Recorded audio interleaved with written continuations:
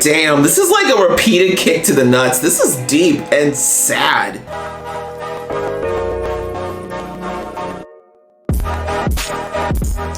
Hey guys, it's your lady aka Geek XX Chic, and it's time for another Marvel show. It's time for another Marvel. I am so excited for this show, you guys. It is time. The wait is over. It is now time for Loki.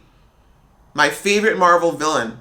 I don't care. Fight me. I know other people might disagree, but honestly, I love Loki. Hiddleston nailed it. He killed it in the first couple of movies. I mean, it's no reason, or there's no question why he was the villain in the very first Avengers movie, right? Like, he does such a good job of mixing the charisma and the fun and hypnotic nature of Loki with that sinister, darker, jealous, broken side. Because in my opinion, a good villain is not just evil. They're not evil for no reason. They should be somebody that you can actually feel yourself siding with and empathizing with from time to time, even though they keep making the wrong decisions over and over again. Because really, that's what makes a villain, right? A lot of times, villains and heroes, very, very similar in the way that they think. It's just a matter of what decisions that they make that kind of make them the hero or the villain. So I'm very excited to see how this series is going to go. The first two Disney series were perfect. They were so good. I have very high expectations for this, so I really hope it doesn't disappoint.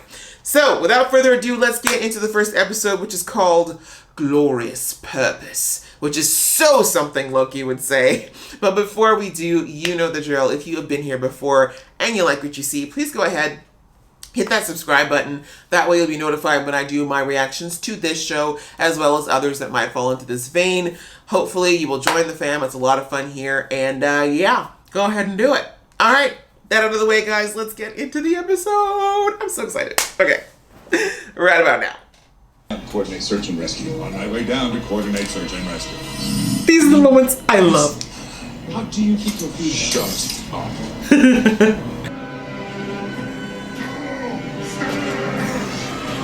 I feel that way when I do my workouts too, Hulk.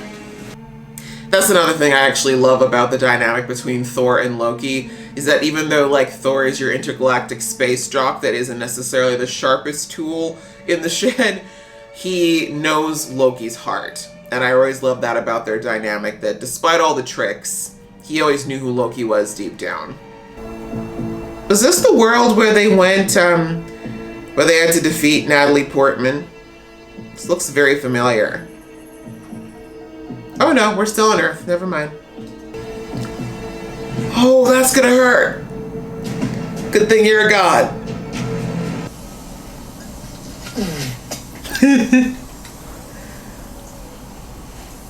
Welcome back, boo.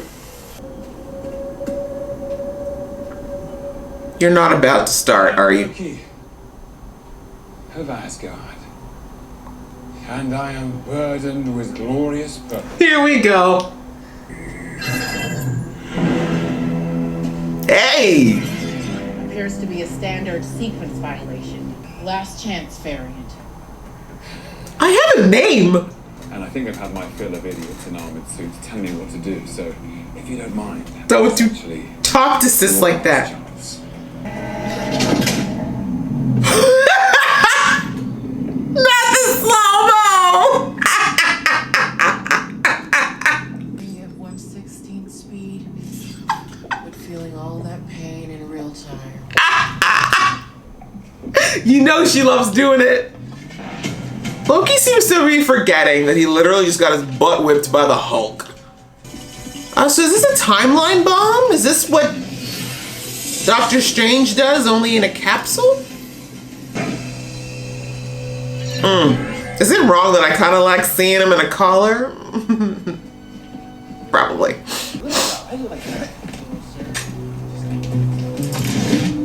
Right? Like, okay.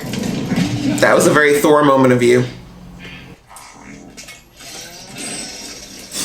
Not the weird happy face. Absolutely not. This is fine Asgardian leather. There he is. Okay, I like this machine a lot. Hang on just a minute. Thank you.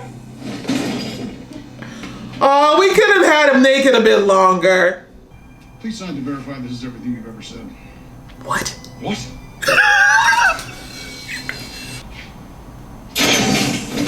Jeez. Where's your magic? I'm curious. What if I was a robot and I didn't know it? The machine would melt you from the inside out. Take a ticket. This is one of those places where the teeniest bit of authority means a lot to these guys, Loki. Just do it to give yourself a smoother ride. This is a mistake. I shouldn't be here. Hi there. You're probably saying, this is a mistake. I shouldn't even be here. Wow. Not these videos! For your crimes. This reminds me of what they did in the Umbrella Academy. Sharpen your pen. But then the all-knowing timekeepers emerged, bringing peace by reorganizing the multiverse into a... Why are they the all-knowers? This, whatever it was, stepping off your path created a Nexus event, which left unchecked could branch off into madness, leading to another multiversal war. What's wrong with multiverses? So sit tight and we'll get you in front of a judge in no time. Wow. Make sure you have your The peppy ticket. voice while showing someone completely helpless. That's horrible. WandaVision flashbacks. His face! Exactly. Timekeeper. Sir? What are you raising your voice with me, Buckethead?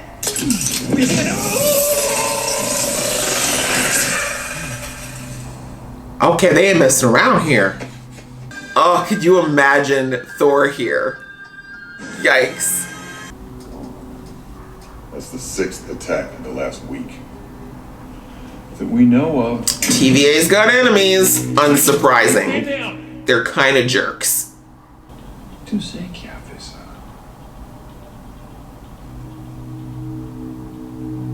God. Oh, or the devil. That works. It's okay. Goodbye, child who got no lines. How do you plead? I love seeing the sister in charge. Guilty of being the god of mischief? Yes. Guilty of finding all this incredibly tedious? Yes. Yes. Guilty of a... We're not here to talk about the Avengers. Oh no? No. What they did was supposed to happen. You escaping was not. Interesting. But why? All of this. No. Have you not noticed your magic hasn't worked at all yet? Which I need to know why. Hang on. Magic powers. They're no good in the TVA, Mr. Laverson. The court finds you guilty, and I sentence you to be reset. Next case, please. Reset. Reset. What does that What does that mean? mean? Like I'm always looking up to you. It's appropriate. Okay, I'm sorry. I forgot that Owen Wilson is like such a flirt, and I love it.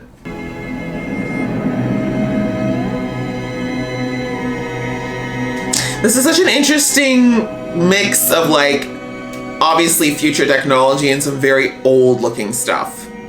I'm taking you someplace to talk. But I don't like to talk. Yes, you like do. to lie, which you just did. Right? We both know you love to talk. And we love listening to you. The idea that your little club decides the fate of trillions of people across all of existence at the behest of 3 space lizards. Yes, it's funny. Facts! I thought you didn't like to talk. But I'm such a good orator. Do you? And I have a British accent. You really have nothing else to do. I told you time moves differently in the TVA. Come on, sit down. Interesting, so they were setting time. You see that look? Loki's learning. He's learning how to screw these people over. Go on, have a seat. Love it. I'm wondering why does someone with so much range just want to rule? Never thought of that. Made it easy. Not your finest moment. It is all the same to you. Oh, and you're so petty. I love it. Did you enjoy hurting them? I don't have to play this game. I'm a god. What? You're in Mischief, right?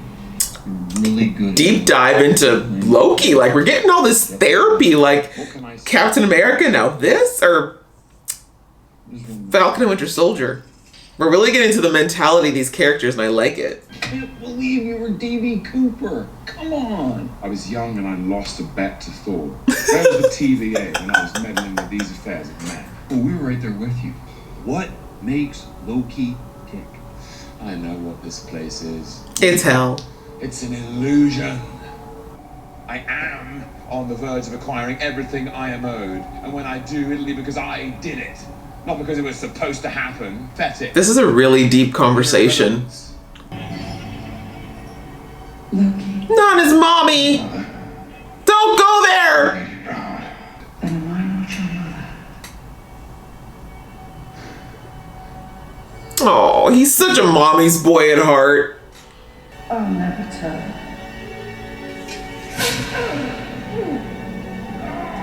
Yeah, this broke Loki. Yikes. Do you enjoy hurting people? I don't believe Do you enjoy killing? I'll kill you. What, like you did your mother? God damn. Damn, Owen. You weren't born to be king, Loki. You were born to cause pain and suffering and death. That's how it is. That's how it was. Wow. It will be. How? Also that others... Damn, this is like a repeated kick to the nuts. This is deep and sad. So why are we doing this? Okay, Loki, I think we can finish up tomorrow and just pick it up. Please tell me you didn't leave the remote in there. Mischievous. I mean, God of Mischief. I told you my boy was learning. What? The Infinity Stones? We actually got a lot of those. Some of the guys use them as paperweights. No! Y'all just reduced the whole Avengers series to this? Wow. Tony Stark is livid right now. Mama's boy. Oh. Just one of the saddest parts of Thor 2. Seeing how broken he was over his mom's death. There it is, the real Loki. Such a good moment. Maybe you're not so bad after all, brother. Oh, yeah, he was. Maybe not.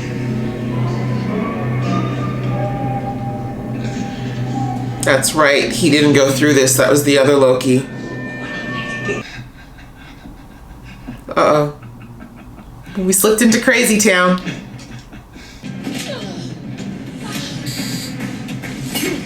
Smart!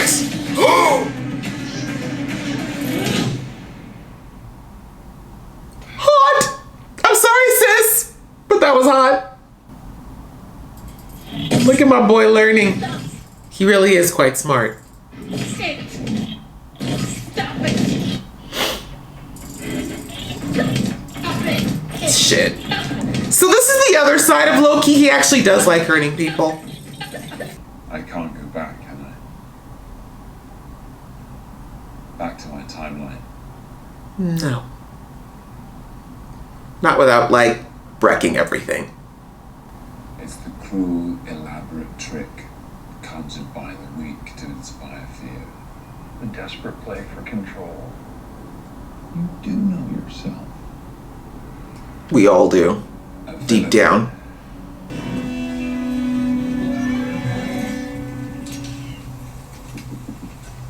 Maybe the reason your Minutemen keep getting killed is because their outfits are ridiculous.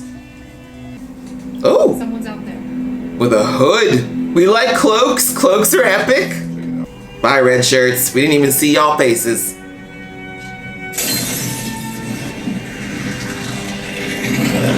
Did y'all walk right into their trap? You're telling me you can literally travel to any place and time and you couldn't escape fire? Do we get a glimpse? No. How Darth Vader of you. Woo! Chile! That was an unexpectedly deep intro to this show that I really wasn't expecting. I liked it, actually. I don't even know what I expected, to be honest, because Loki is such an interesting character, as I've mentioned so many times before. But really, he is an intellectual. Like, he's not really a fighter. That's Thor's thing, right? His magic and his abilities have definitely been the major player in all the battles that he's won for the most part. But really where Loki shines, where his true potential and his true superpowers lie is up here. Like, God of Mischief. Mischief in of itself is all about being very clever.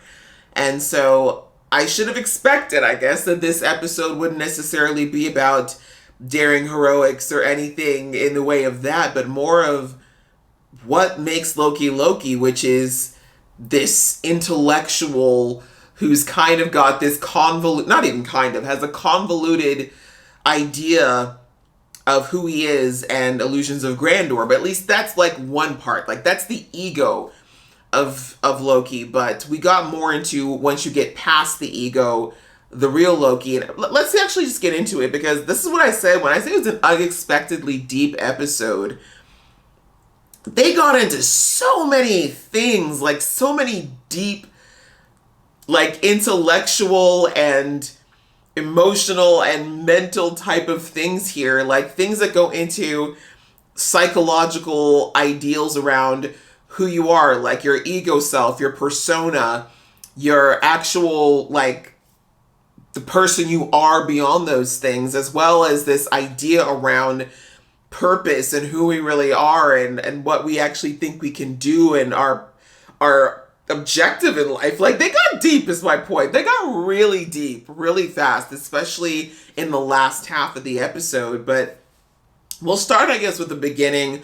I really like how they showed us how Loki got here. And again, seeing Loki, who is such a diva. Like, he's so prissy and privileged, and he doesn't even realize how prissy and privileged that he is. So being in this situation where the TVA is like literally collared him up, knocked him, that slow-mo shot of the hit was great.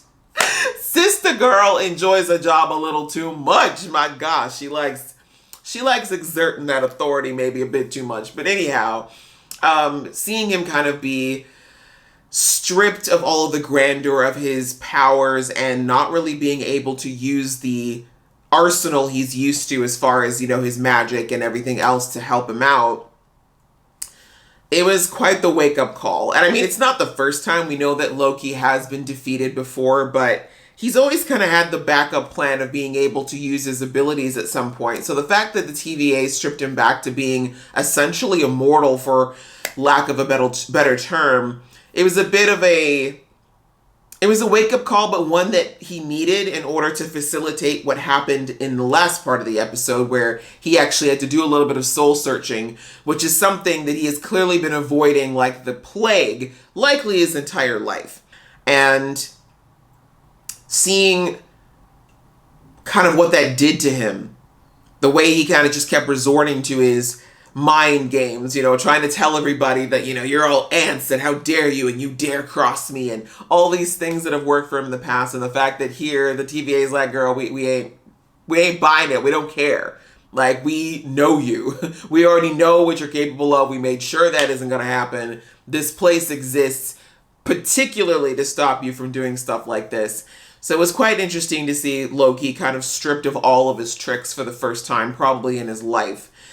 But then let's get into, I think, the real heart, the meat of this episode was, first of all, Loki being able to see what actually happened in his timeline. Because I keep forgetting, because I kind of forgot until that last part, that when he grabbed the Tesseract, again, he branched off. This version of Loki did not go through what the other version of Loki did, which was being arrested, brought back to Asgard, again, betraying his family, and that betrayal inevitably ending in the death of his mother. And then, of course, that being what emotionally almost broke him. And then eventually, you know, what brought him to all the things that we saw throughout the Avengers timeline. So getting that perspective of him sitting in the passenger seat and watching how his actions led to something that he would have never in a million years have predicted. Because if there's anything that we know from the Thor movies and the Avengers movies loosely, it's that the one person that Loki truly loved unabashedly, unequivocally, was his mother. Even when he tried a little bit to put on his bravado, she was his one soft spot. And like I said, one of the things I loved about Thor 2 was that scene. It was very short, but you know, after Loki is arrested and thrown in his cell after everything happens, and Thor goes down to see him, and he's put up this whole illusion to make it seem like he's just chilling in his cell.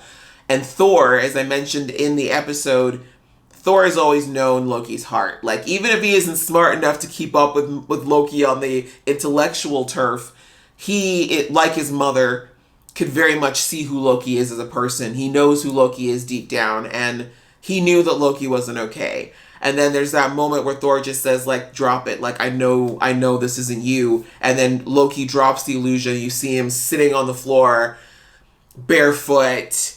You know, his hair is messy. Like, it's the first time in the whole franchise we see Loki be anything other than pristinely put together. And it was just such a powerful scene, and I loved it for that reason. But again, it showed how much Loki loved his mother and that connection that he had with her, and how devastated he was that it was broken by death, but of course compounded by the fact that his actions trying to get back at somebody ended up having collateral damage he couldn't have possibly seen. So I like that he got to sit back and really see that, and see how that blind desire to, I don't want to say exact revenge, but to sort of prove himself just always gets him. That's what ends up defeating him every time. And I love that Owen Wilson's character came out, Morbius, I keep forgetting what his first name is. But yeah, Morbius saying that, like, you keep losing. Like, if you're supposed to be on this path, if this is your glorious purpose, as you put it, why do you keep losing? Why do you keep ending up exactly where you don't want to be? Whether it's in a cell crying over your mother, or at the hands of the Avengers being beaten up by the Hulk in a cell, and then eventually, sadly, you know, in the arms of Thanos having the life drained out of you. Right? If this was really your purpose, if this is the way you're supposed to go, why does it keep failing you over and over again? And whoo, man, that whole part where Owen just went in for the kill, like literally just said, I'm gonna crack this damn bravado of yours, tells him that, you know, your whole purpose was to be the catalyst for the growth of others. Like, your whole purpose was to be this colossal failure, this bringer of pain and suffering to others so they could actually reach their true potential. Y'all, that was probably the most savage speech I've ever heard in my life. Like, that was harsh. And I mean, Loki's got his dark side, but damn, like, he's not all, we know this, right? We know he's not all evil, and to hear that, especially after in, I think it was the second movie, where we hear Loki talk about knowing his history, knowing that his father, that he destroyed their planet and took him after killing his family. And the fact that Loki knowing this truth and always feeling like he was never really, like he didn't really belong. That whole kind of reinforcement of the fact that he didn't belong and that he wasn't really Asgardian, and that all these things he thought were true were kind of a lie. Like, the fact that he's always kind of been this wounded little boy, I guess is the point I'm getting to. Hearing that was just like a reinforcement of all of those fears and doubts and all the things that Loki's believed for so long and has been trying to compensate for by being this, you know, loud, proud, talkative, I'm holier than thou, god of mischief, right? All of that is just an ego bravado to hide the fact that he feels like a displaced little boy, right? So it was just, you know, for him to hear that, you know, hear Morbius tell him that he had no purpose outside of being a footnote in everybody else's life, like, that is literally Loki's biggest fear. And that is why he thinks his glorious purpose is to conquer.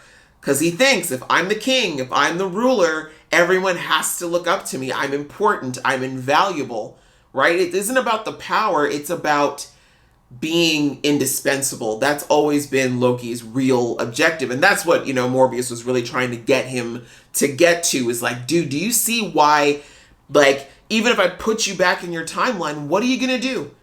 It was deep. It was deep. I could keep going on and on about this because I love this kind of character study, but I love that they really took the time to explore the whys of Loki, because as I said at the beginning of this reaction, to me, a good villain is somebody that is not just some mustache-twirling evil person with no purpose. That's just not the way anyone comes to be. There's always a series of things that lead to those poor choices, and now we've gotten that. Like, we got tastes of it in the Thor movie, but this is now our chance to really dive into it with Loki, because in the other movies, he was, you know, he wasn't the lead. He was part of Thor's journey, and he was part of the Avengers' journey, but here, this is all about him now, and how him understanding, and I believe that what Morbius was getting to with that very mentally cruel moment was helping Loki to understand that until he faces the real reason why, he will never be able to make decisions that will change his path from being this catalyst of you know, pain and drudgery for people to grow, and actually have his own growth path and have his own real story that he can truly be a hero of. I like that at the end, after, of course, he tried multiple times to escape, he had to sit and think. And like he said, he's like, I don't like to hurt people. I did it because I thought that's what I had to do to be powerful. And I know that deep down that that's not actually the truth. And I love that they circled it back to the speech he gave in the courtroom was really him talking about himself, which I thought was really, really well done. So writing in this show already, 2 thumbs up. Really, really well done. I guess my biggest thing now is I hope that by the end of this series, we hear or see that Loki recognizes that he really is the master of his destiny.